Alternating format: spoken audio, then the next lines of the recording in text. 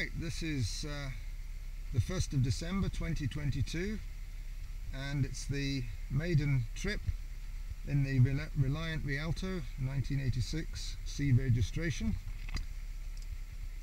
Just been to Del Beach and filled up with petrol, a tiny amount, and it's going superbly. I've just got to finalise the adjustment of the seat. Everything else is fine. Not getting any movement on the temperature gauge, and a small amount of heat's coming through. Notice the engine slows down when you put the fan on. So, but comfort wise, ride wise, brakes, everything superb.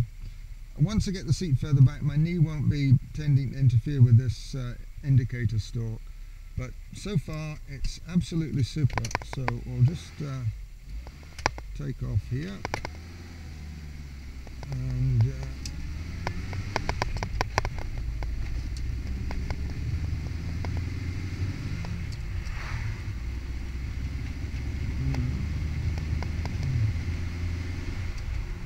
up to 40.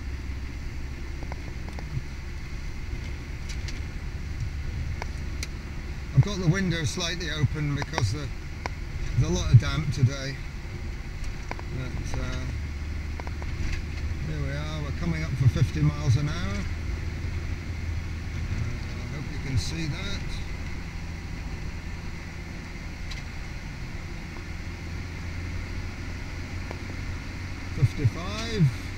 I would say 60 is where I would be comfortable on this type of road. No more than that. Probably nearer 55. And obviously the economy gauge is all over the place according to whether you're on overrun or got your foot down on overrun now going into Hockaber. Oh, look at that. Must be getting about 80 miles to the gallon. They say that these B-axle ratio, I think it's 2.75 diffs, can't go at 30, but here we are, we're managing fine at 28, and the speedo is probably a couple of mile an hour fast, which is fine. That's what you want. You don't want a speedo that's slow. That'll keep you the right side of the law.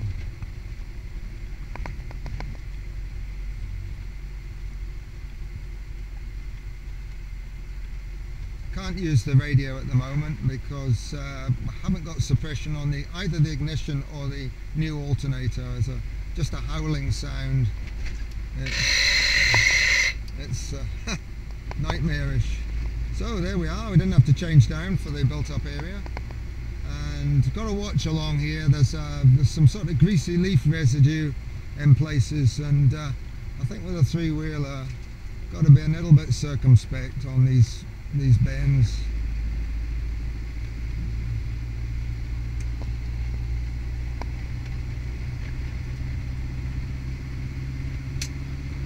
Yeah, well, look at this, ultra poor now, 20 miles to the gallon now, but better than that, probably about, drops to about 35, and then it's coming up as soon as I back off, having got it up to 50 miles an hour. So yeah, look at this, really nice. It's not drifting about at all. No vibration whatsoever. It was reported when I bought it to have to have a very severe noise on overrun, but I've changed the gearbox, put the slightly earlier gearbox in with the reverse on the back and to the left rather than back and to the right,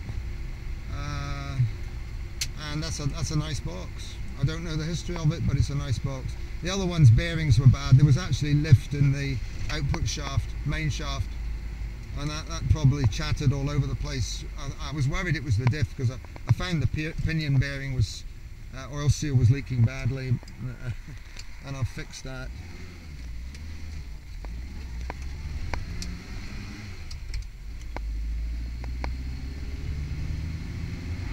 Oh, look at this blinding acceleration.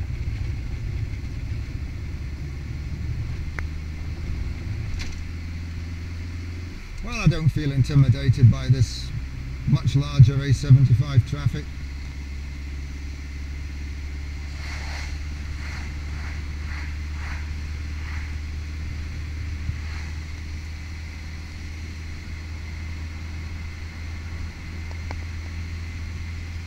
Now, as I lift my foot off, this is getting better and better. Well, not yet that good. Once we get over this incline, I'm hoping I'm going to get up to about the midpoint, doing steady 50 against a gradient, so only to be expected.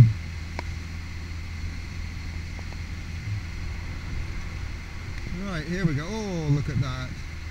Much better now. We're on the level.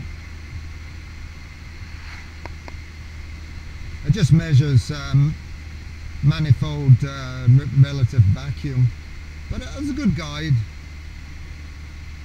The more vacuum you've got, I suppose the better. Once you've got the throttle wide open, and yeah, there isn't going to be much vacuum. It's falling away again. It's detected a hill. But the real test will be when I start measuring it, filling up at the same pump each time, checking the mileage. The mileage is going to be fairly accurate on this. It's probably going to be about 4%, 4 to 6% excessive, I think, if that. So I'll make a small adjustment.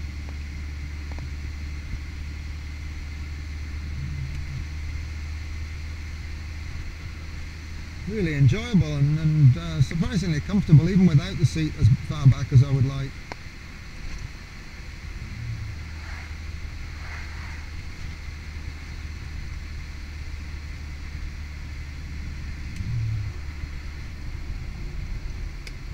Got a nasty right turn here on this bend, but luckily I've got traffic behind me, so that's good. They can be my airbag. And there's somebody coming the other way, but can I get in before them? I certainly can. There we go, back to base.